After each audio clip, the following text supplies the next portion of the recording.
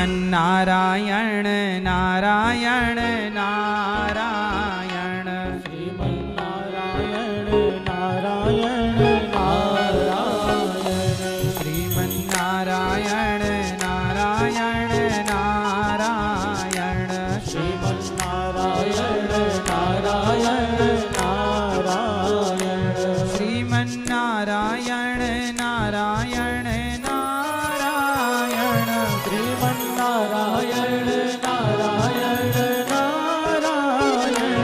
दोनों हाथ उठाइए प्रेम से कीर्तन। जय हो राधे।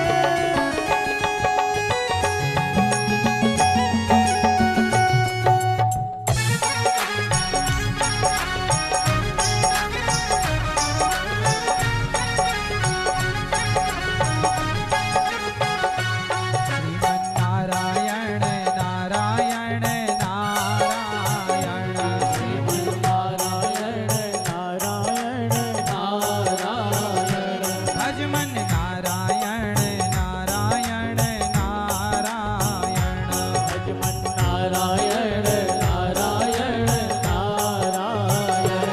श्रीमन्नारायण नारायण नारायण श्रीमन्नारायण नारायण नारायण श्रीमन्नारायण नारायण नारायण श्रीमन्नारायण नारायण नारायण श्रीमन्नारायण नारायण नारायण। भजमन जय हो भजमन जय हो भजमन नारायण नारायण नारायण श्रीमन्नारायण नारायण नारायण।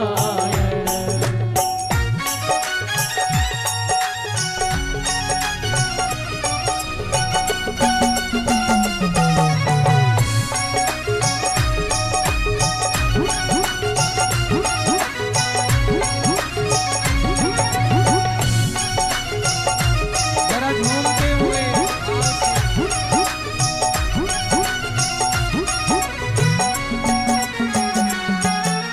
दिन में रोटी मैया आप लोग दिन में रोटी खाते हैं कि नहीं? दिन में रोटी रात में रोटी हरदम रोटी रोटी दिन में रोटी रात में रोटी हरदम रोटी रोटी। रोटी खाना बुरा नहीं है, पेट भरना जरूरी है, रोटी कपड़ा मकान होना चाहिए, पर दिन भर खाना और भगवान को भूल जाना ये गलत है।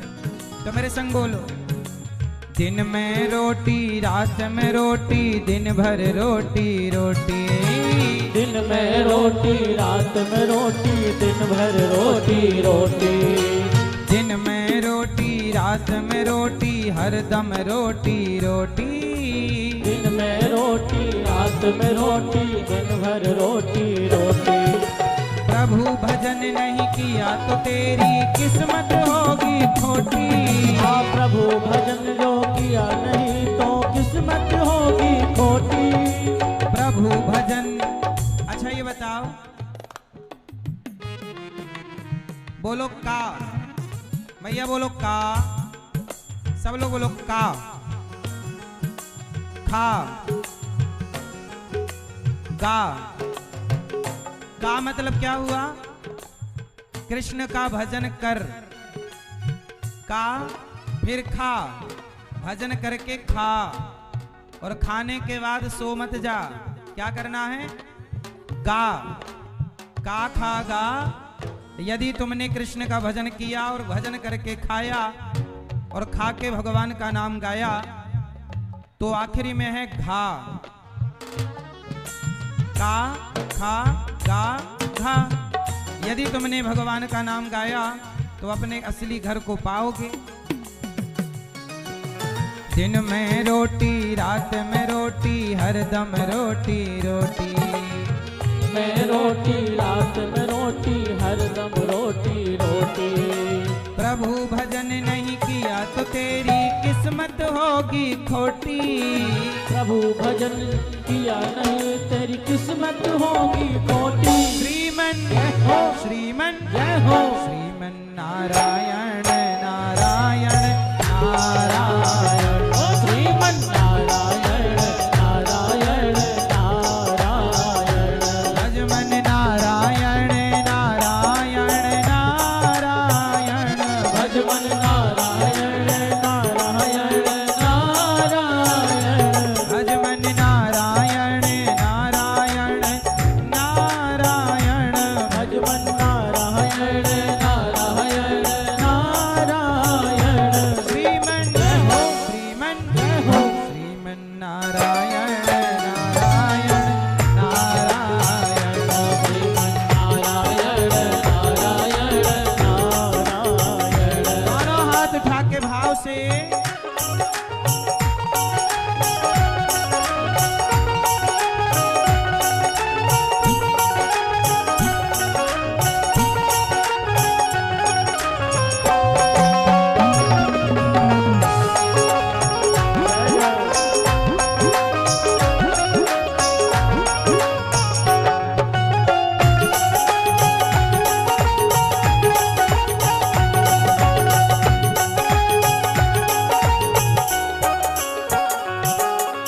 दिन में सोना रात में सोना हरदम सोना सोना। दिन में सोना रात में सोना हरदम सोना सोना। दिन में सोना दिन में सोना रात में सोना हरदम सोना सोना। दिन में सोना रात में सोना हरदम सोना सोना। प्रभु भजन नहीं किया तो भाई अंत समय है रोना। प्रभु भजन जो किया न भाई अंत समय है रोना। श्रीमन नारायण नारायण नारायण। श्रीमन नारायण नारायण नारायण। सोना कितना जरूरी है? दिन में सोना रात में सो लिया बहुत, पर आजकल का आदमी इतना आलसी है। दिन में सोना रात में सोना हरदम सोना सोना। दिन में सोना रात में सोना हरदम सोना सोना। प्रभु भजन नहीं किया तो प्रभु भजन नहीं किया तो भाई अंत समय है रोना। प्रभु भजन किया तो भाई अंत समय है रोना। श्रीमन जय हो श्रीमन जय हो श्रीमन नारायण नारायण नारायण। ओ श्रीमन नारायण नारायण नारायण।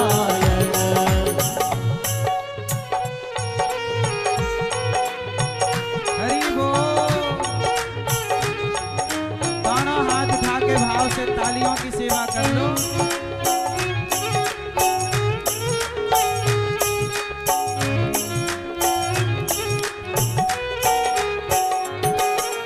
कागज की एक नाव बनाई छोड़ी गंगा जल में। कागज की एक नाव बनाई छोड़ी गंगा जल में। कागज की एक नाव बनाई छोड़ी गंगा जल में। कागज की एक नाव बनाई छोड़ी गंगा जल में। धर्मी धर्मी पारे उतर गए पापी डूबे जल में। धर्मी धर्मी पार उतर गए पापी डूबे जल में। धर्मी धर्मी पार उतर गए पापी डूबे जल में। धर्मी धर्मी पार उतर गए पापी डूबे जल में। श्रीमन जय हो श्रीमन जय हो श्रीमन नारायण नारायण नारायण। श्रीमन नारायण नारायण नारायण। श्रीमन नारायण नारायण नारायण। नारायण नारायण नारायण।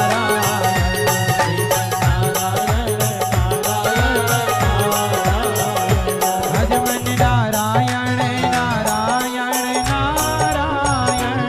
भजमन नारायण नारायण नारायण।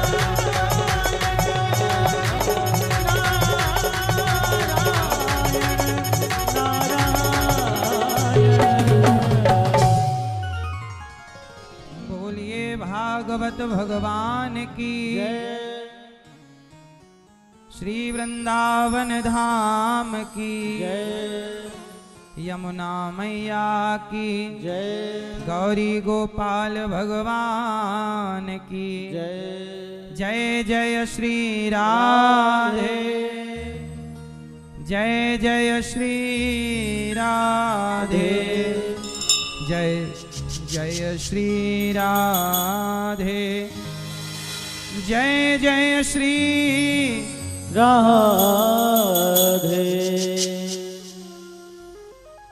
परम मंगलमय परात्पर अखिलेश्वर अखिल ब्रह्मांड नायक परात्पर परब्रह्म भगवान श्री कृष्ण की वांगमयी प्रतिमूर्ति श्रीमद् भागवत महापुराण।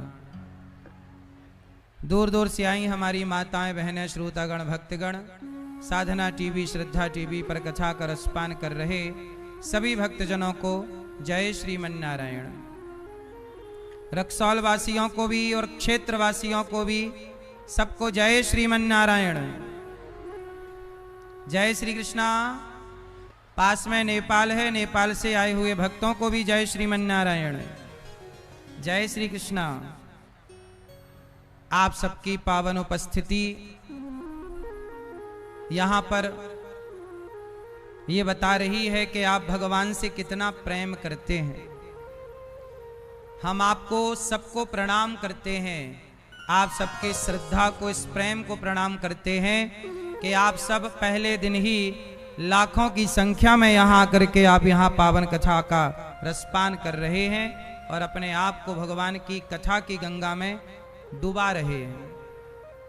भगवान श्री सीता रामचंद्र भगवान जिनकी कृपा से श्री लक्ष्मी नारायण भगवान जिनकी कृपा से पावन सा आयोजन यहाँ हो रहा है। आप सब साधुवाद के पात्र हैं और हमारे श्रीमान राजेंद्र प्रसाद सिंह जी तालियां बजा के स्वागत और सम्मान करें भैया श्री राजेंद्र प्रसाद जी। और हमारे मैया जी श्रीमती वन्नी शिखा जी तालियां बजा के स्वागत करें। आप कितने लोग प्रसन्न हैं कि रक्सौल में भागवत जी हो रही है? रक्सौल वासी प्रसन्न हैं? तो ये सारा आशीर्वाद आप भैया श्री राजेंद्र जी और शिखा मैया को दीजिएगा, क्योंकि इनकी कड़ी मेहनत सबसे पहले भगवान ने इन्हें वृंदावन बुलाया और इनके प्रेम में स्वयं भगवान चल करके भागवत जी के रूप में आप सबके मध्य पहुंचे हैं। सामान्य सा जीवन जीने वाले श्री राजेंद्र जी और श्रीमती शिखा जी, आप इतना बड़ा आयोजन किसके लिए कराया है? इतनी बड़ी व्यवस्था किसके लिए कराई है? ताकि हमारे रक्सौल वासी, हमारे बिहार वासी, क्षेत्रवासी, नेपाल के भक्त भी इस कथा में डुबकी लगाएं और पूरा भारत नहीं पूरी दुनिया इस आयोजन को पूरी दुनिया के लोग सुन रहे हैं टीवी पर, यूट्यूब पर, सब। इसलिए मेरे प्यारे प्यारे रक्सौल वासियों, प्यारे बिहार वासियों, आप बहुत शांति का 7 दिन परिचय दीजिएगा और बैठ जाइएगा शांति से, क्योंकि आपकी उदारता, आपका शिष्टाचार पूरी दुनिया देखेगी। आपकी शांति, आपकी भक्ति, आपकी निष्ठा पूरा संसार देखेगा। कोई देखे ना देखे, पर आपकी उपस्थिति को भगवान तो देख रहे हैं कि आप लोगों ने समय निकाला है और भगवान की पावन कथा सुनने के लिए प्रेम से आप लोग इस गंगा में डुबकी लगाकर जीवन को कृतार्थ कर रहे हैं। भागवत की कथा हर प्राणी को सुनना चाहिए। श्रीमती वन्नी शिखा जी, आप कई बार वृंदावन आए, कई बार वहां बैठ के इन्होंने भागवत सुनी। इनके अंदर कोई भक्ति की कमी नहीं है, कोई प्रेम की कमी नहीं है, कोई श्रद्धा की कमी नहीं है। पर कहते हैं ना, एक शराबी अकेला शराब नहीं पीता, उसे लगता है 4-6 लोग बैठे पिए साथ में तो अच्छा रहे। जैसे एक शराबी 4 को शराबी बनाना चाहता है, एक जुआड़ी 4 को जुआड़ी बनाना चाहता है, एक गंजेड़ी चार को गंजेड़ी बनाना चाहता है, ऐसे एक बन्नी सिखा जी ने सोचा कि मैं अकेले क्यों अपना कल्याण करूं भगवान से जुड़कर, क्यों ना अपने क्षेत्रवासियों को भी भगवान से जोड़ करके इनका भी कल्याण करने का प्रयास करूं। और इन्होंने वही काम किया है कि अकेले नहीं, मैं अकेले भगवान को नहीं पाना चाहती, सबके साथ पाना चाहती हूँ। सबको भगवान मिले, सर्वे भवन्तु सुखिनः सर्वे सन्तु निरामय, सबका कल्याण हो। ये व्यवस्थाएं इन्होंने कोई अपने लिए नहीं की। इतना कुछ करना ये बिना भगवत कृपा के संभव नहीं है। भगवान खूब खूब इन्हें भक्ति दें और हर प्रकार का सुख जो इनके मन में कामना हो, भागवत जी आपकी हर इच्छा पूरी करें। तालियां बजा के एक बार बहुत बहुत स्वागत वंदन करें।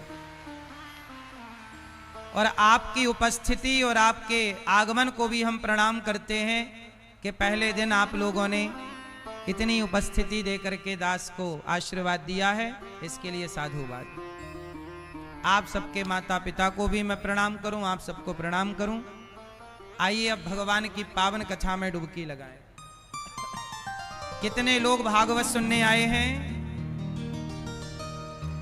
तो जो भागवत सुनने आए हैं उनसे मेरी प्रार्थना है कि आप बैठ जाएं और बैठ के शांति से बिना शोर किए केवल भागवत सुने। बोलिए भागवत भगवान की जय। टीवी पर यूट्यूब पर सब जो सुन रहे हैं भक्त, सबको भी मेरा बारंबार प्रणाम। भागवत जी 18,000 श्लोकों का पावन ग्रंथ है। भागवत जी में कितने श्लोक हैं? 18,000, 335 अध्याय और 12 स्कंध है ना मैया। मोबाइल ना चलाओ मेरी माँ, सुन लो मेरी माँ। भागवत जी में भगवान के स्वरूप का वर्णन है। कैसे हैं भगवान? कैसे हैं भगवान? सच्चिदानंद रूपाय विश्वोत्पत्त्यादि हेतवे तापत्रय विनाशाय श्री कृष्णाय वयं नुमः। कैसे हैं भगवान? सच्चिदानंद रूपाय, भगवान सच्चिदानंद स्वरूप है। भगवान सच्चिदानंद, सत चित आनंद। मैया भगवान कैसे हैं? लाल मैया सुनो मेरी माँ, भगवान कैसे हैं? सच्चिदानंद स्वरूप है। सत चित आनंद, सच्चिदानंद। जो सत्य स्वरूप है वो भगवान है, चित स्वरूप है वो भगवान, आनंद के सागर वो भगवान। सच्चिदानंद रूपाय, भगवान सच्चिदानंद स्वरूप है। क्या करते हैं भगवान? विश्वोत्पत्त्यादि हेतवे, भगवान विश्व की उत्पत्ति करते हैं, पालन करते हैं और संहार करते हैं। भगवान सारे संसार को बनाते हैं, पालन करते हैं, संहार करते हैं। जो भगवान विश्व की उत्पत्ति पालन संहार करने वाले हैं, जो हमारे सारे दुख का हरण करने वाले हैं।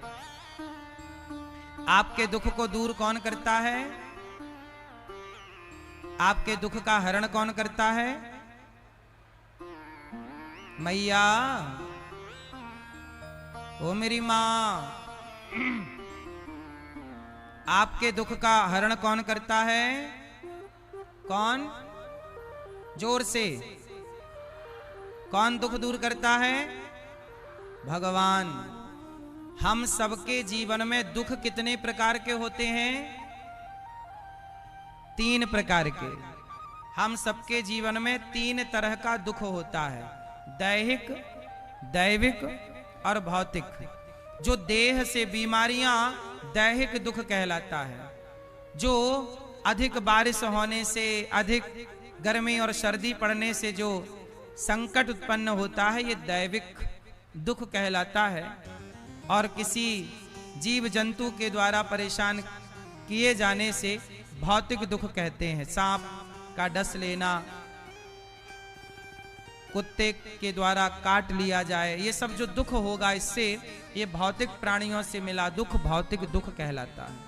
लेकिन एक बात बताएं, जो भगवान की शरण में आ गया,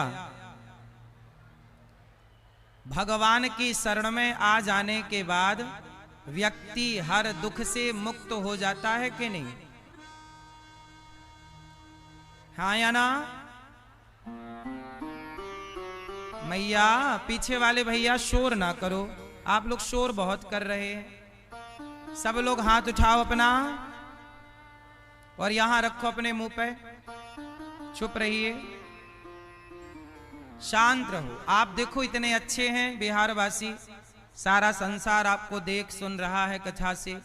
आप बहुत अच्छे शांति का परिचय देंगे, अच्छा लगेगा। सब बैठ जाओ और चुप रहिए, शोर बिल्कुल ना हुआ, प्रार्थना है मेरी। हमारी इस तरफ की मैयाएं देखो कितनी शांति से बैठी हैं। ये पूरी जितनी मैयाएं हमारी बैठी हैं, सब मैयाएं कितनी शांत हैं। इस तरफ से शोर ज्यादा है, थोड़ा शांत कर लीजिए। पुरुषों की तरफ से शोर ज्यादा है, शांत कर लीजिए। बोलो राधे राधे, राधे राधे। तो दुख कितने तरह के होते हैं? दैहिक, दैविक, भौतिक, तीन तरह का दुख होता है। लेकिन जो भगवान की शरण में है वो सारे दुखों से मुक्त हो जाता है। अच्छा ये बताओ, विभीषण दुखी थे कि नहीं? बोलो हाँ। विभीषण के भाई ने लात मार के निकाल दिया, विभीषण के भाई ने, रावण ने लात मार के निकाल दिया कि नहीं विभीषण को? बोलो हाँ कि ना, जोर से। जब रावण ने विभीषण को लात मार के निकाला तो विभीषण कहां गए? किसकी शरण में गए? राम की। और जब राम की शरण में गए तो लात मार के निकाला था जिस विभीषण को, अपमानित किया था जिस विभीषण को, उस विभीषण का राम ने सम्मान क्या किया? लंका का राजा बना के बिठा दिया। क्यों बिठा दिया? क्यों बिठा दिया? क्योंकि विभीषण कहां चले गए? राम की शरण में। जो राम की शरण में जाएगा, जो भगवान की शरण में जाएगा, उसे भगवान राजा ही बनाते हैं, बड़ा ही बनाते हैं। अच्छा एक बात बताओ, सुदामा जी गरीब थे कि नहीं? बोलो हाँ कि ना। सुदामा जी वास्तविक में तो कृष्ण जिनके मित्र हों वो गरीब नहीं हो सकता, पर व्यवहार में उनके पास रोटी खाने की भी व्यवस्था नहीं थी। सुदामा जी गरीब थे, लेकिन जब भगवान कृष्ण से मिलने के लिए गए, अच्छा सुदामा जी जब कृष्ण से मिले, श्याम सुंदर से मिलने से पहले सुदामा जी घर में जाकर, लोगों के घर जाकर भिक्षा मांगते थे कि नहीं? बोलो हाँ। सुदामा जी की पत्नी सुशीला 4 मुट्ठी चावल मांगकर पड़ोसन के घर से लाई थी कि नहीं? बोलो हाँ। अब मुझे एक बात बताओ कि सुदामा जी जब कृष्ण से मिलने गए तो उनके घर पे 4 मुट्ठी चावल भी नहीं था, वो 4 मुट्ठी चिवड़ा भी उधार मांगकर सुशीला माता लाई थी। इसका मतलब है कि सुदामा जी को घर घर जाके भिक्षा मांगना पड़ती थी। लेकिन जिस दिन से कृष्ण के पास गए, उस दिन के बाद सुदामा जी को किसी घर में जाके भिक्षा नहीं मांगनी पड़ी। ये बात सही है कि गलत है? जो भगवान के आगे हाथ फैला देता है, अरे जो भगवान के आगे आत्म समर्पण कर देता है, उसे किसी के आगे हाथ फैलाने की जरूरत। इसका मतलब ये हुआ कि संसार के आगे गिड़गिड़ाने की जरूरत तब तक है जब तक हम ईश्वर के आगे नहीं गिड़गिड़ाते, ईश्वर के आगे नहीं रोते। इसलिए तो कहता हूं हाँ रोया मैं बहुत,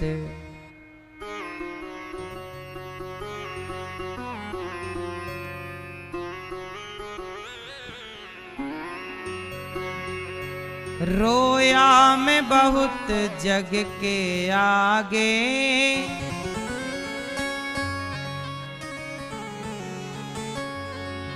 रोया मैं बहुत जग के आगे, तेरे आगे रोना बाकी है।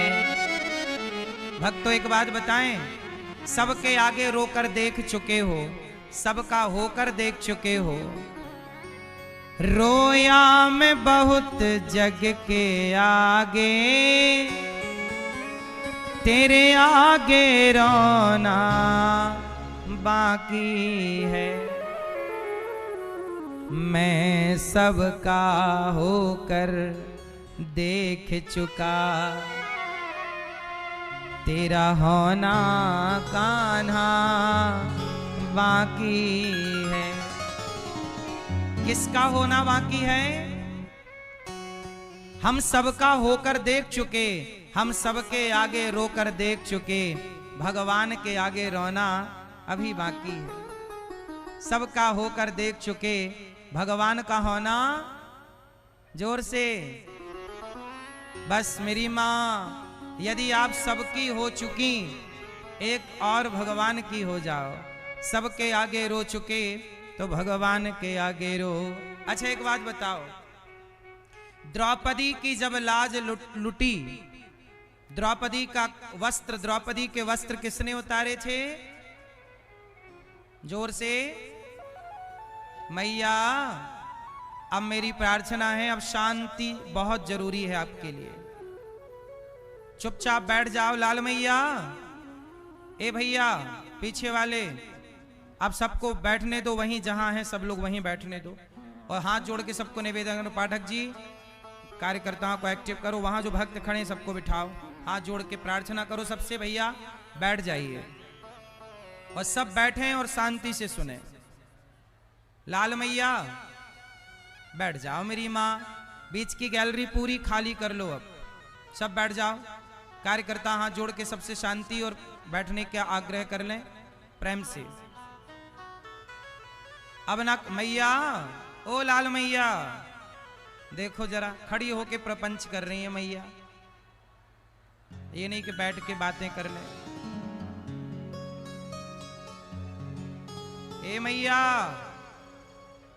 बहरी भी है मैया,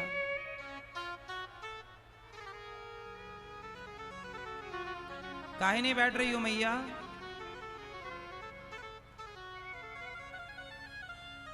सब बैठ जाओ प्रेम से। अच्छा एक बात बताओ,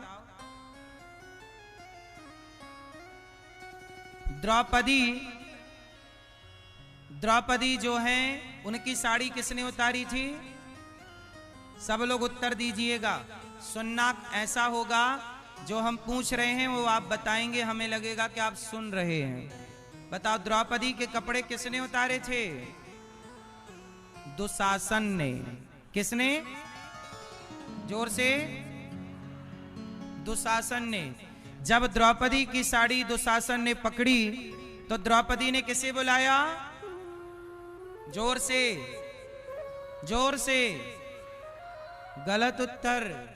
द्रौपदी ने पहले बुलाया अर्जुन को, भीम को, नकुल को, सहदेव को।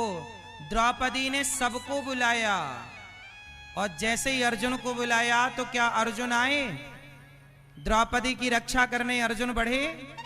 बोलो हाँ कि ना? क्या द्रौपदी की रक्षा करने अर्जुन आए?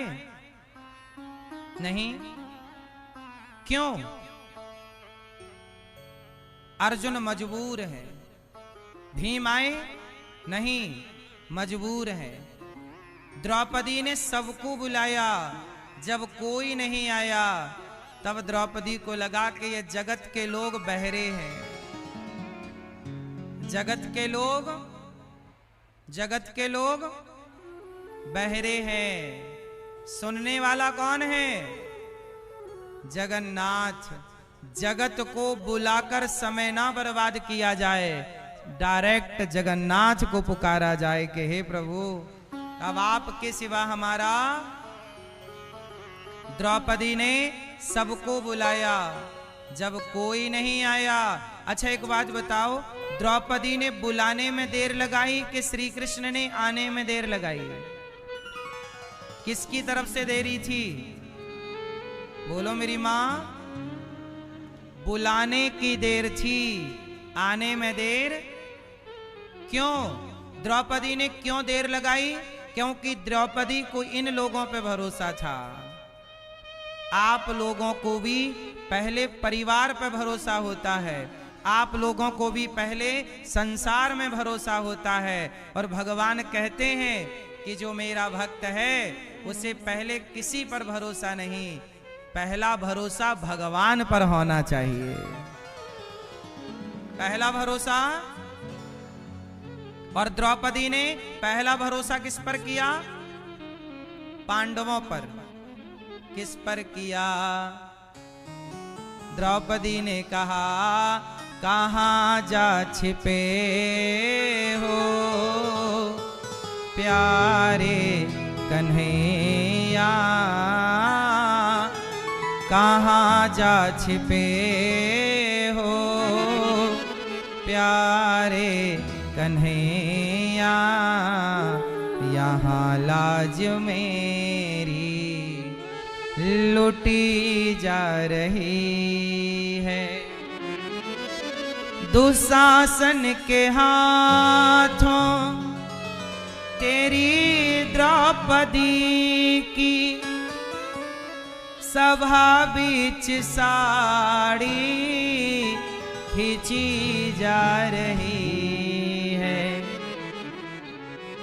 कहाँ जा छिपे हो प्यारे कन्हैया, यहाँ लाज मेरी लुटी जा रही है।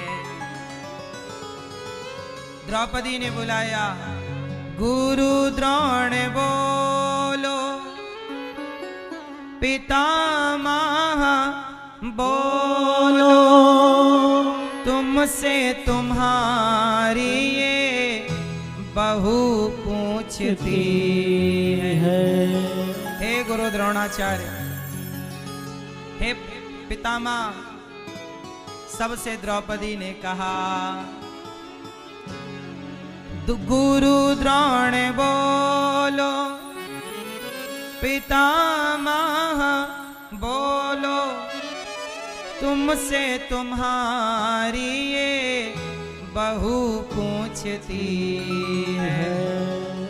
पांचों पति आज बैठे सभा में, पांचों पति आज बैठे सभा में, महलों की रानी लुटी जा रही है।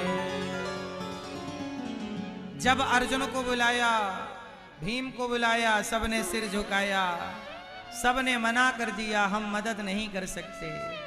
तब द्रौपदी ने हाथ उठाए, हे गोविंद आओ कन्हैया, आओ मुरारी, तुमको पुकारे ये बहना तुम्हारी। देखो जरा ये हालत हमारी, बहना तुम्हारी लुटी जा रही है। जब द्रौपदी ने कहा, हे श्याम सुंदर, अब जाए न लाज हमारी, अब जाएगी लाज तुम्हारी, आ जाओ कृष्ण मुरारी। हे प्रभु, अब हमारी लाज नहीं जाएगी, अब आपकी लाज जाएगी, अब आओ। जब द्रौपदी ने दोनों हाथ उठाकर कहा कि प्रभु अब आपकी हूं मैं, और द्रौपदी जब पुकारी उस समय श्याम सुंदर द्वारिका में भोजन करने बैठे थे। रुक्मणी मैया भगवान को परोस रही थी, प्रभु रोटी खाओ। भगवान ने कहा मेरी बहन पर संकट है। तो रुक्मणी अम्बा ने कहा कि जाओ दर्शन दो अपनी बहन को।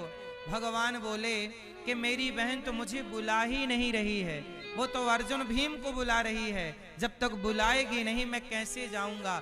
भगवान तो तैयार खड़े थे एक पांव से, पर द्रौपदी मां बुला ही नहीं रही है।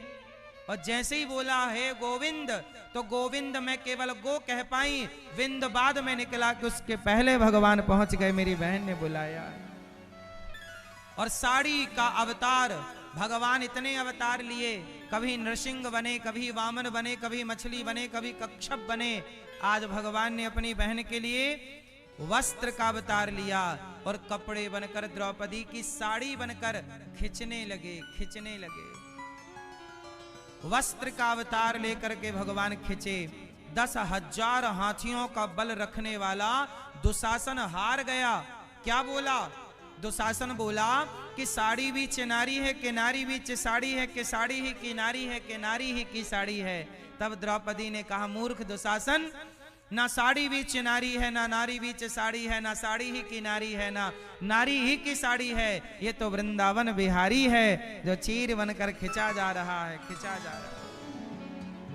अच्छा एक बात बताओ, जब भगवान कृष्ण की कलाई में एक बार कुछ चोट लग गई, उंगली में चोट लग गई, तो द्रौपदी ने भगवान की उंगली पर क्या बांधा था? अपने साड़ी को फाड़ कर कुछ धागे बांधे थे कि नहीं? बोलो हाँ। जरा सोचिए, द्रौपदी ने अपने साड़ी फाड़ करके और अपने साड़ी के कुछ धागे श्याम सुंदर की, श्री कृष्ण की उंगली में बांधे थे। और ये बात वर्षों पुरानी है, वर्षों पुरानी बात है। कुछ धागे द्रौपदी ने कभी कृष्ण को बांधे थे। तो भगवान ने कहा बहन, आज तुझे वस्त्र की जरूरत पड़ी है, तो जो तूने मेरी उंगली पे धागे बांधे थे, एक एक धागे की कीमत चुकाने तेरा भाई आएगा। और भगवान ने वो ऋण चुकाया। एक बात बताऊं, आप भगवान को एक तुलसी का पत्ता भी दे देते हैं तो उसका भी भगवान ऋण चुकाते हैं। इसलिए एक बात बताएं, तुलसी के 11 पत्ते रोज तोड़ा करो, रविवार को छोड़कर। शनिवार को ही तोड़ लिया करो रविवार वाले पत्ते।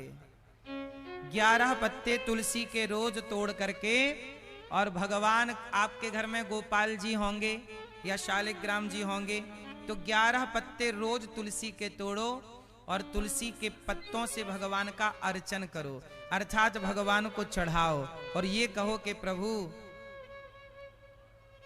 इन पत्तों के सिवा मैं और क्या दूं आपको। इन पत्तों में आप अपने आप को निहित करके, सम्मिलित करके, हे प्रभु हम पत्तों की तरह अपने आप को आपके चरणों में चढ़ा रहे हैं। और 11 पत्ते आप रोज चढ़ाया करिए भगवान को, तुलसी के रोज अर्चन किया करिए। क्या बोलकर?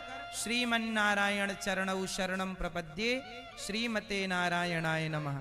ये ना आए तो केवल श्रीमन्नारायण बोलो। श्रीमन्नारायण, एक पत्ता चढ़ा दिया और बोल दिया श्रीमन्नारायण श्रीमन्नारायण श्रीमन्नारायण। ऐसे 11 पत्ते तुलसी के रोज चढ़ाइए। फिर देखिए आपके घर में भगवान नारायण की तो कृपा बरसेगी, लक्ष्मी माँ की कृपा बरसने लग जाएगी। आप लोग कहते हैं ना हमारा काम नहीं हो रहा है, हम बड़े परेशान हैं, हमारी आर्थिक स्थिति अच्छी नहीं है, तरक्की नहीं हो रही है। आप रोज 11 तुलसी के पत्ते भगवान श्रीमन्नारायण शालिग्राम जी में या गोपाल जी के चरणों में चढ़ा दिया करिए। फिर देखिए भगवान कहते हैं द्रौपदी ने एक तनिक सा धागा क्या दे दिया, भगवान ने धागे के बदले इतना कपड़ा दान कर दिया द्रौपदी को। भगवान कहते हैं तुम पहले मुझे कुछ दो तो सही। अच्छा एक बात बताओ, सुदामा ने भगवान को क्या दिया? चावल दिए? बोलो हाँ। जब तक सुदामा जी ने चावल चिवड़ा नहीं दिया, चावल नहीं दिया, तब तक क्या भगवान ने उन्हें धन धान्य दिया? नहीं। भगवान कहते हैं मैं तैयार हूं देने के लिए, पर तुम्हारे को क्या करना पड़ेगा? पहले शुरुआत तुम्हें करनी पड़ेगी। तुम दो, जब तुम दोगे तब मैं दूंगा। जब तुम किसी भूखे को भोजन कराओगे, भगवान कहते हैं तुम किसी को रोटी दो, मैं तुम्हारे लिए रोटी लिए बैठा हूं। तुम किसी की मदद करो, मैं तुम्हारी मदद करने के लिए बैठा हूं। तुम पहले अपने कदम तो बढ़ाओ, तुम अपने हाथ तो बढ़ाओ। इसलिए भगवान कहते हैं तेरी डूबती नैया का माझी बन जाऊंगा। तेरी डूबती नैया का माझी बन जाऊंगा। तू छोड़ दे चिंता को, आंधी को रोक लूंगा। तू रख ले मुझ पे भरोसा। आप गाओ मेरे संग, तू रख ले। भगवान कहते हैं कि तू रख ले मुझ पे भरोसा, नैया पार लगा दूंगा। तुम 2 कदम चलो, मैं 10 कदम चलूंगा। भगवान कितने कदम चलते हैं? जोर से 10 कदम। लेकिन 10 कदम तब चलेंगे जब आप 2 कदम आगे बढ़ाओगे। आप 2 चलो भगवान, तू आगे चलता जा, तेरे पीछे मैं चलूंगा। आप में से किस किस को भगवान पे भरोसा है? तू आगे चलता जा, तेरे पीछे मैं चलूंगा। तू थक भी गया राहों में, मैं तुझको उठा के चलूंगा। हर वक्त हर घड़ी मैं साया बन के चलूंगा। तुम 2 कदम चलो, मैं 10 कदम चलूंगा। द्रौपदी ने पुकारा, संसार को पुकारती रहती तो लाज लुट जाती। सच बताओ, सबके रक्षक कौन है? कौन? इसलिए सबकी रक्षा भगवान करते हैं। इसलिए आपको अपने आप को भगवान के हवाले करना चाहिए। किसके भरोसे रहेंगे? जगत के या जगन्नाथ के? हाँ, जगन्नाथ स्वामी नयन पथगामी। जगन्नाथ स्वामी नयन पथगामी। ऐसे भगवान जो सच्चिदानंद स्वरूप हैं, राधा कृष्ण को हम बारंबार प्रणाम करते हैं। यम प्रव्रजन्त मनुपेतमपेत कृत्यम, द्वैपायनो विरह कातरया जुहाव। पुत्रेति तन्मयतया तर्वोऽभिनेदुस्तं सर्वभूत हृदयं मुनिमानतोऽस्मि। सुखदेव भगवान प्रकट हो गए। सुखदेव जी जब प्रकट हुए तो जन्म लेते ही चल पड़े। अच्छा मैया एक बात बताओ, सुखदेव जी भगवान का दर्शन करने जा रहे हैं। अच्छा, भगवान की प्राप्ति किस उम्र में होनी चाहिए? लड़कपन में, जवानी में कि बुढ़ापे में? भगवान की प्राप्ति कब कर लें बताओ? भगवान को पाने की सही उम्र क्या है? सवाल आपसे। मैया क्या बोलती तू? लास्ट में भगवान को पाने की सही उम्र क्या है? लड़कपन, जवानी की बुढ़ापा? क्या उम्र है? मैया, चश्मा वाली मैया, क्या उम्र है मेरी माँ? क्या उम्र है? लड़कपन, जवानी, बुढ़ापा? हाँ, अच्छा ये बताओ, ध्रुव जी और प्रहलाद जी ने कब पा लिया? लड़कपन में, जवानी में कि बुढ़ापे में? भगवान को पाने की सही उम्र क्या है? हम कहते हैं अपने छोटे छोटे बच्चों को पढ़ाओ, लिखाओ, योग्य बनाओ, डॉक्टर, इंजीनियर, एडवोकेट बनाओ, पैसा कमाना सिखाओ, लेकिन पहले लड़कपन में उन्हें भगवान से जोड़ देना। यदि भगवान से जुड़ गए तो जीवन में वो सफल तो होंगे पर कभी परेशान नहीं होंगे, और भगवान से नहीं जुड़ेंगे तो कामयाबी तो आएगी पर वो परेशानी लाके खड़ी कर देगी। इसलिए सबसे बढ़िया उम्र क्या है? क्या है मेरी माँ? लड़कपन। लड़कपन खेल में खोया, जवानी नींद भर सोया। लड़कपन खेल में जवानी नींद भर सोया। लड़कपन खेल में खोया, लड़कपन खेल में खोया। जवानी नींद भर सोया। जवानी नींद भर सोया। बुढ़ापा देख कर रोया, यही किस्सा पुराना है। बुढ़ापा देख कर रोया, यही किस्सा पुराना है। मैया जी झूठ मत बोलो, प्रभु के पास जाना है। मैया जी झूठ मत बोलो, प्रभु के पास जाना है। लड़कपन खेल में खोया, जवानी नींद भर सोया। बुढ़ापा, इसलिए कहता हूँ लड़कपन सबसे बढ़िया। इसलिए कहता हूँ कथा में आप आओ छोटे छोटे बच्चों को। छोटे मतलब ये नहीं कि जो कल पैदा हुए उनको ले आओ, तुम यहाँ रुलाओ फिर हम चुप कराते फिरें उनको। छोटे बच्चों को मतलब जो कथा समझने लायक हैं।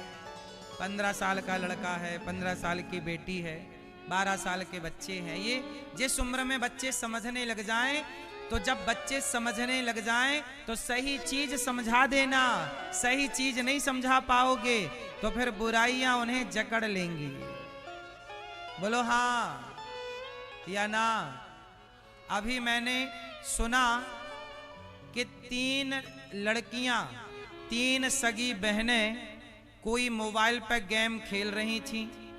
उनके पिता ने मोबाइल छीन लिया तो वो तीनों बेटियां, एक लगभग 15 साल की थी, 15 या 16 की, एक लगभग 14 या 13 की थी, एक 12 या 11 की थी। 3 सगी बहनें 9वीं मंजिल से छलांग लगा के नीचे उन्होंने आत्महत्या कर ली। अभी 2-4 दिन पुरानी बात है ये। क्यों आत्महत्या कर ली? क्योंकि पिता ने मोबाइल छीन लिया। यदि आप संस्कार नहीं दोगे, आप सत्संग से नहीं जोड़ोगे तो कुसंग, आजकल कुसंग किसे कहते हैं? कुसंग का मतलब है, कोई बात नहीं, शांत रहिए। कुसंग क्या है? कुसंग का मतलब है, कुसंग का मतलब है मोबाइल। आजकल कुसंग करने बाहर नहीं जाना पड़ता। मोबाइल क्या बना है? जोर से, मोबाइल कुसंग है या नहीं? हाँ या ना?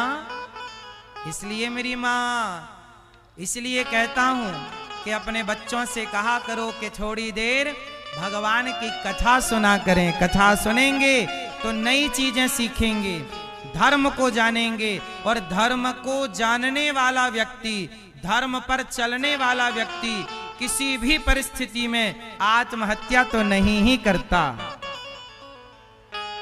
आत्महत्या, इसलिए धर्म को जानना जरूरी है, धर्म पर चलना जरूरी है।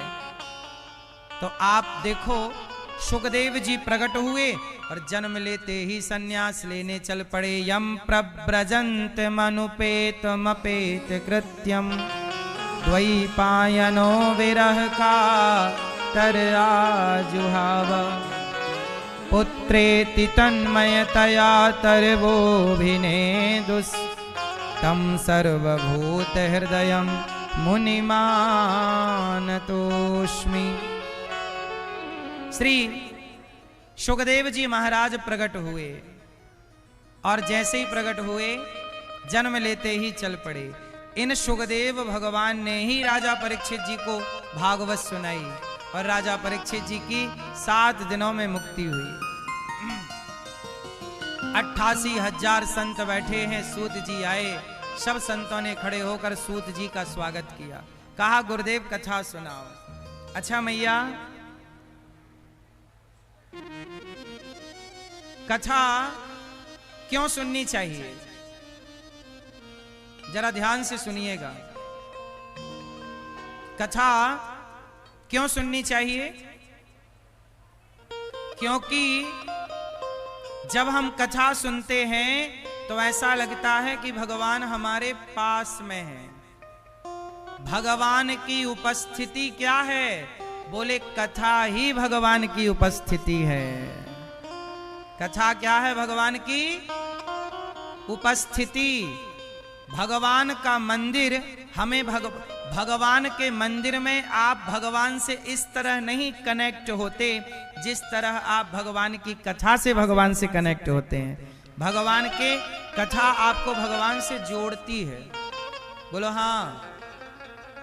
इसलिए मंदिर जाओ या मत जाओ पर सत्संग जरूर करो, कथा जरूर सुनो। एक घड़ी आधे घड़ी आधे की पुनियाद, तुलसी चर्चा राम की हरहि कोटि अपराध। रोज सत्संग करना चाहिए, रोज भगवान की कथा सुननी चाहिए, थोड़ी ही सही सुनना जरूर चाहिए। अब देखो श्री एक बार देवताओं के राजा इंद्र ने भागवत सुनने का मन बनाया, पर देवताओं के राजा को भी सुखदेव जी ने भागवत नहीं सुनाई। भागवत सब नहीं सुन पाते। कहते हैं ना कि बिहारी जी की महफिल को बिहारी जी सजाते हैं और कथा सुनने वही आते हैं जिन्हें बिहारी जी बुलाते हैं। तो आप लोग जो आए हैं अपनी मर्जी से नहीं आए हैं, कहीं ना कहीं भगवान ने आपके अंदर आकर प्रेरणा दी कि चलो कथा हो रही है, हम भी सुने आए। जिनके अंदर भगवान ने प्रेरणा दी वो आ गए और जिन्हें प्रेरित नहीं किया वो अपने घरों पर बैठे हुए हैं, जबकि हैं रक्सौल के ही। तो भगवान सबके भीतर प्रवेश नहीं करते, आपके भीतर शुश्रू सुभिष्ट क्षणात् भगवान आपके ऊपर प्रवेश, आपके भीतर प्रवेश करके, और भगवान ने कहा कि चलो कथा में, और आप चले आए। एक बार देवताओं के राजा इंद्र ने कहा कि मैं भी भागवत सुनूंगा, पर सुखदेव जी के पास गए तो सुखदेव जी ने मना कर दिया। बोले हम आपको भागवत नहीं सुनाएंगे। क्यों नहीं सुनाएंगे? क्योंकि आपके अंदर श्रद्धा नहीं है। आप तो सौदा करने आए हैं। एवं विनिमय जाते सुधार आज्ञा प्रपीयता, अदला बदली करने आए। अच्छा, इंद्र के पास ना स्वर्ग का अमृत है। इंद्र के पास क्या है? स्वर्ग का अमृत। एक बार क्या हुआ, स्वर्ग का अमृत लेके राजा इंद्र आए और सुखदेव जी से बोले कि स्वर्ग का अमृत आप परीक्षित को पिला दो और ये कथा का अमृत आप हमें पिला दो। तब सुखदेव जी ने कहा कि परीक्षित जी से पूछो। अच्छा, परीक्षित कौन है? परीक्षित जी को शाप लगा हुआ है 7 दिन में मरने का। सबसे पहले भागवत किसने सुनी, किसको सुनाई? पहले इस विषय को जरा समझ लीजिएगा। भागवत सबसे पहले किसने सुनी? सबसे पहले भागवत को भगवान श्रीमन नारायण ने ब्रह्मा जी को सुनाई, फिर ब्रह्मा जी ने देवर्षि नारद जी को सुनाई, नारद जी ने वेद व्यास जी को सुनाई, वेद व्यास जी ने अपने पुत्र सुखदेव जी को सुनाई, और सुखदेव जी ने अपने पिता से भागवत जो सुनी पढ़ी सुखदेव जी ने, तो सुखदेव जी ने भागवत राजा परीक्षित जी को सुनाई। ये राजा परीक्षित कौन है? अर्जुन के बेटे हैं अभिमन्यु। बोलो हां। अर्जुन के बेटे कौन? अभिमन्यु की मृत्यु हो गई थी चक्रव्यूह में। अभिमन्यु की पत्नी का नाम है उत्तरा। उत्तरा गर्भवती थी, तो जो उनका बच्चा हुआ वही कहलाए परीक्षित। अच्छा, परीक्षित जी ने क्या गलती कर दी? एक संत का अपमान कर दिया। अच्छा एक बात बताओ, माता का, पिता का, गुरु का, संत का, गाय का अपमान करने से आयु बढ़ती है कि घटती है? क्या होती है? क्या होती है?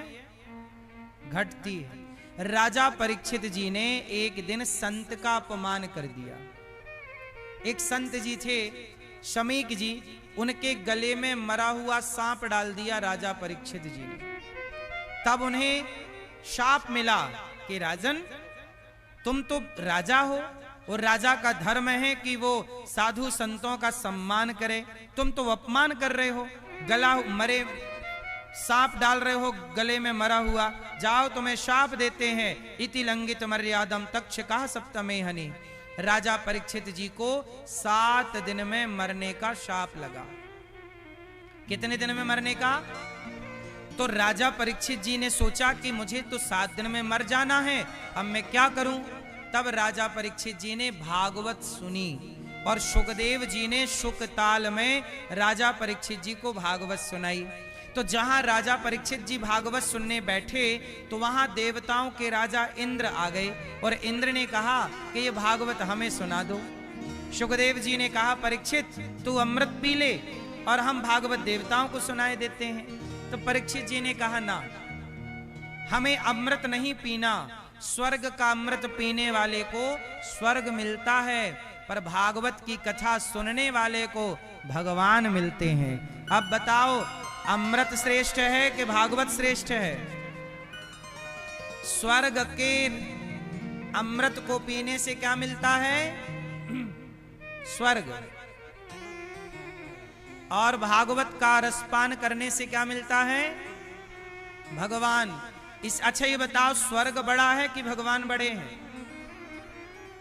स्वर्ग तो भगवान का बनाया है, ऐसे करोड़ों स्वर्ग भगवान बना सकते हैं। इसलिए भगवान को पा लेने के बाद स्वर्ग वर्ग पाने की कामना नहीं है।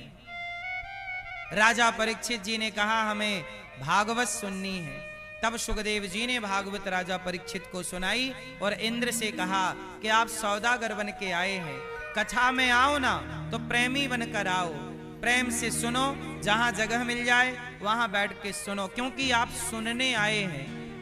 जब राजा परीक्षित, जब सुखदेव जी ने देखा कि इंद्र तो सौदा करने आ गए, तब सुखदेव जी ने डांट कर इंद्र को वहां से भगा दिया। बोले नहीं, हम तुम्हें भागवत, सोचिए देवताओं के राजा को भी सुखदेव जी ने भागवत नहीं सुनाई। क्यों नहीं सुनाई? क्योंकि तुम अधिकारी नहीं हो इसके। भागवत सुनने के अधिकारी सब नहीं होते मेरी माँ। भागवत सुनने का अधिकारी कौन है? जिसके अंदर श्रद्धा है, प्रेम है। अब श्रद्धा नहीं, प्रेम नहीं, तो आप यहां आओगे तो सुनोगे क्या?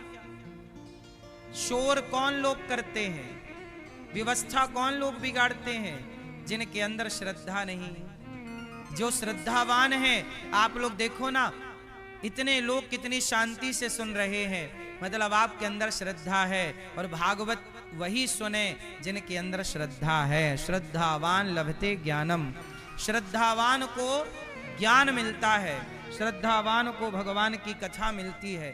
देवताओं के राजा इंद्र को नहीं सुनाई गई भागवत। देवताओं के राजा चले गए, स्वर्ग में तराजू बांधी गई, एक पलड़े में भागवत को रखा गया, दूसरे पलड़े में स्वर्ग के सुखों को रखकर तौला गया। तो भागवत जी का पलड़ा भारी था। भागवत जी की बराबरी थोड़ी कोई कर सकता है। इसलिए मेरी माँ थोड़ा सा समय निकालकर भगवान की कथा अवश्य सुना करिए, क्योंकि आप कितना भी कमा लो जगत में, लेकिन ये सब कुछ कमाया हुआ यहीं रहना है सबका। लेकिन जो राम नाम का धन कमाओगे, जो पुण्य की पूंजी कमाओगे, जो दया धर्म करोगे समाज संसार में, वही पुण्य मेरे संग जाएगा। जब मैं मरूंगा तो लोग मेरे शरीर से कपड़े भी उतार लेंगे, लेकिन जो अनिरुद्धाचार्य ने पुण्य किया होगा, किसी बेसहारा वृद्ध माँ की सेवा यदि मैंने सच्चे मन से की होगी, किसी भूखे को भोजन निस्वार्थ भाव से कराया होगा, तो वह पुण्य सदा मेरा साथ देगा। इसलिए दास अनिरुद्ध गौरी गोपाल आश्रम में वृद्ध माओं की सेवा करता है। 310 वृद्ध माएं गौरी गोपाल आश्रम में रहती हैं। अखंड 30,000 लोग भरपेट भोजन करें, ऐसी गौरी गोपाल में सबके भोजन की व्यवस्था है। सब भोजन करते हैं निःशुल्क। तो ये दास अनिरुद्ध सेवा करता है। आपसे भी कहता हूं कि इन सेवा से अपने आप को जोड़िएगा। आपके सहयोग से गौरी गोपाल आश्रम में वृद्ध माएं रहती हैं। हजारों साधु संतों को पेट भर भोजन मिलता है रोज। कल भी जब मैं आया तो संत लोग आ चुके थे भोजन करने के लिए। मैं सुबह सुबह निकला, ये देखो ये हजारों संत रोज भोजन करते हैं गौरी गोपाल में, जो फुटपाथ पर सोते हैं। आपसे भी मेरी प्रार्थना है कि एक दिन का भोजन आप अपनी ओर से करा सकते हैं संतों को। जीवन में हम जब जाएंगे तो हमारे संग क्या चलेगा? पुण्य। इसलिए पैसा कमाइएगा, बच्चों को पढ़ाइएगा, अपने लिए थोड़ा बचाइएगा, पर जब आपकी कमाई से ज्यादा हो, आपके पास अधिक ईश्वर दें, तो उससे जरूर किसी भूखे को रोटी देना चाहिए। पहले आप अपना पेट भर लो। जब आपका पेट भर जाए, लगे आपको कि मैं किसी और का भी पेट भर सकती हूँ या भर सकता हूँ, ईश्वर ने मुझे इस योग्य बनाया है, तो जरूर किसी के बारे में सोचना। फिर देखना, आप किसी के बारे में सोचो तो सही, लिख कर देता हूँ मेरी माँ, तुम्हें अपने बारे में नहीं सोचना पड़ेगा, भगवान खुद प्लानिंग करके देंगे आपके लिए। आपके बच्चों की आप क्या प्लानिंग करोगे?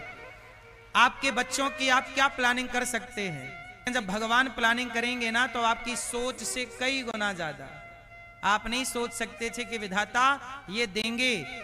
कहते ना, हमारी औकात से ज्यादा सुदामा की औकात इतनी नहीं थी। वो मांगते भी तो क्या मांगते, लेकिन सुदामा जी की हैसियत से ज्यादा, हमारी और आपकी हैसियत से ज्यादा भगवान देने की क्षमता रखते हैं। एक बार उनमें भरोसा तो किया जाए, एक बार उन्हें प्लानिंग तो करने का मौका दिया जाए। आप लोग कहती हो मेरा बेटा है, मैं प्लानिंग करूंगी, तो भगवान बोलते हैं तुम ही कर लो। द्रौपदी बोली मैं अर्जुन की पत्नी हूं, अर्जुन बचाएंगे, तो भगवान बोले बुला लो अर्जुन को। जब तक द्रौपदी को जगत पे भरोसा था, तब तक ही तो नहीं आए। समस्या तो यही है कि जब तक आप भगवान पे भरोसा नहीं करते, तब तक भगवान अपने कदम नहीं बढ़ाते। पहली शर्त है मंत्र जाप मम दृढ़ विश्वास। आपको हम पे क्या करना पड़ेगा? क्या करना पड़ेगा भगवान पे? हाँ। और जब भरोसा करोगे तो हाँ, पूरा है भरोसा, मेरी हार नहीं होगी। ये प्रार्थना दिल की बेकार नहीं होगी। ये प्रार्थना दिल की बेकार नहीं होगी। पूरा है भरोसा, मेरी हार नहीं होगी। किस किस को भरोसा है कि भगवान हारने नहीं देंगे? हार तो नहीं होगी, पर भरोसा आपको पूरा पूरा भरोसा और पूरा कर्म करना है। प्रयास आप करिए, कर्म आप करिए, साथ भगवान देंगे। दोनों हाथ उठा के भरोसे के संग तालियों की सेवा।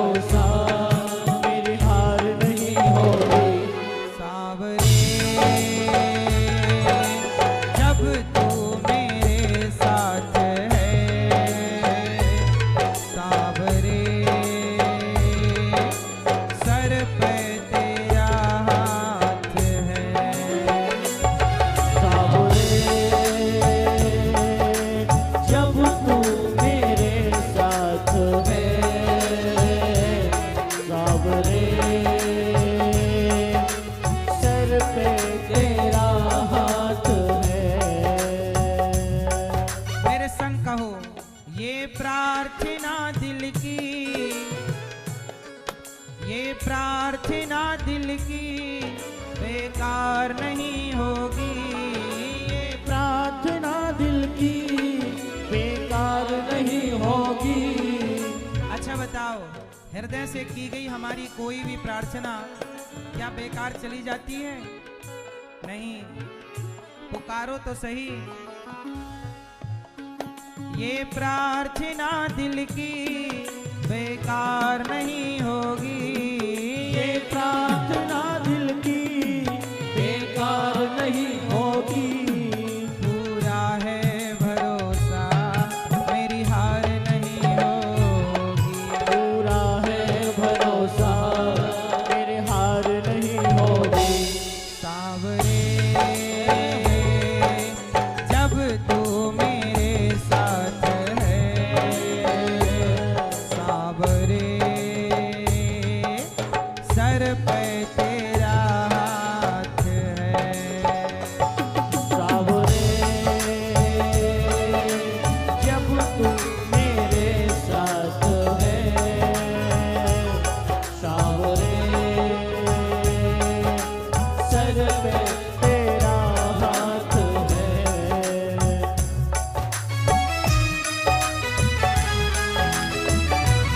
दोनों हाथ उठा के भाव से भरोसे के साथ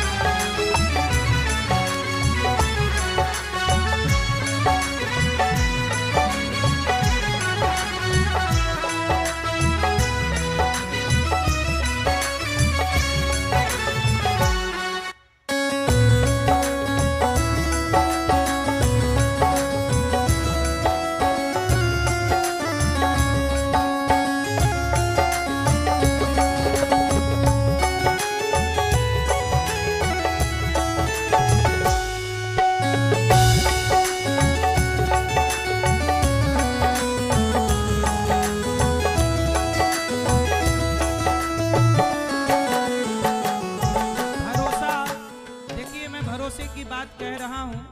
कल जब मैं दिल्ली से पटना के लिए आया और पटना से जब यहाँ रक्सौल आया, तो जब मैं एयरपोर्ट पहुँचा, वहाँ से जब फ्लाइट पर बैठा, दिल्ली से पटना के लिए जब फ्लाइट पर बैठा, तो फ्लाइट के अंदर मुझे एक भैया मिले।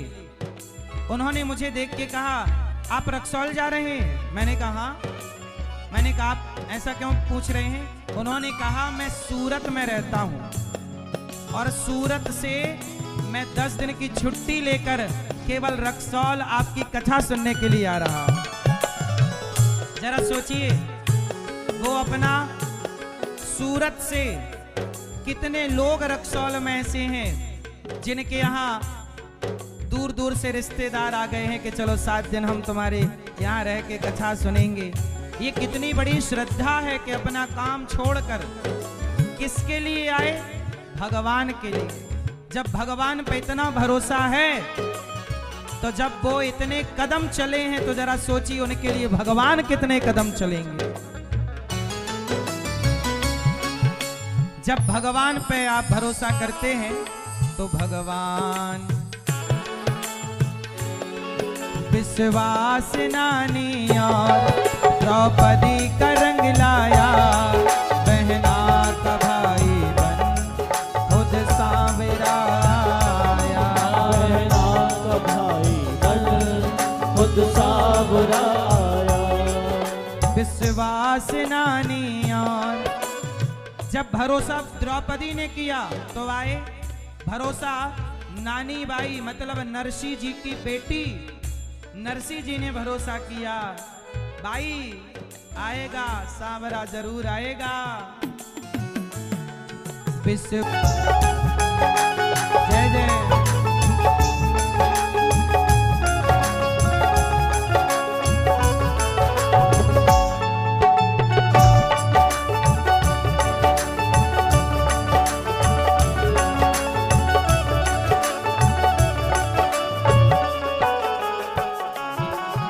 मैं हार जाऊं ये कभी हो नहीं सकता, बेटा अगर दुख में पिता सो नहीं सकता, बेटा अगर दुख में पिता सो नहीं सकता।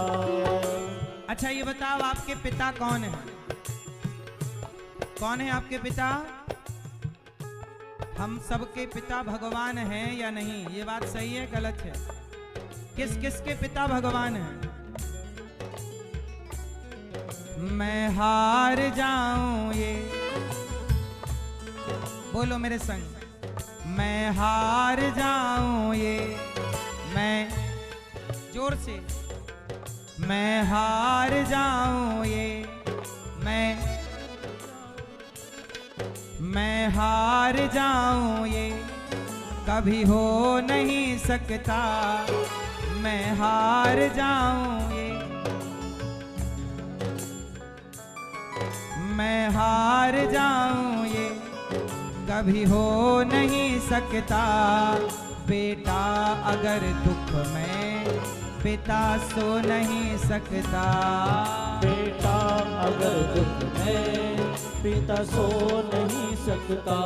यदि आप पर जरा सा भी संकट आता है ना, तो जैसे आप छटपटाते हैं, तड़पते हैं, कई गुना ज्यादा भगवान तड़पते हैं। द्रौपदी की लाज लुटी तो भगवान तैयार थे दौड़ने के लिए, तैयार थे जाने के लिए, पर क्या करें, बिना बुलाए जा भी तो नहीं सकते थे ना।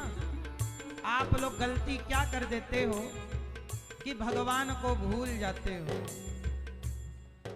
मैं हार जाऊं ये कभी हो नहीं सकता, बेटा अगर दुख में पिता सो नहीं सकता, बेटा अगर दुख में पिता सो नहीं सकता।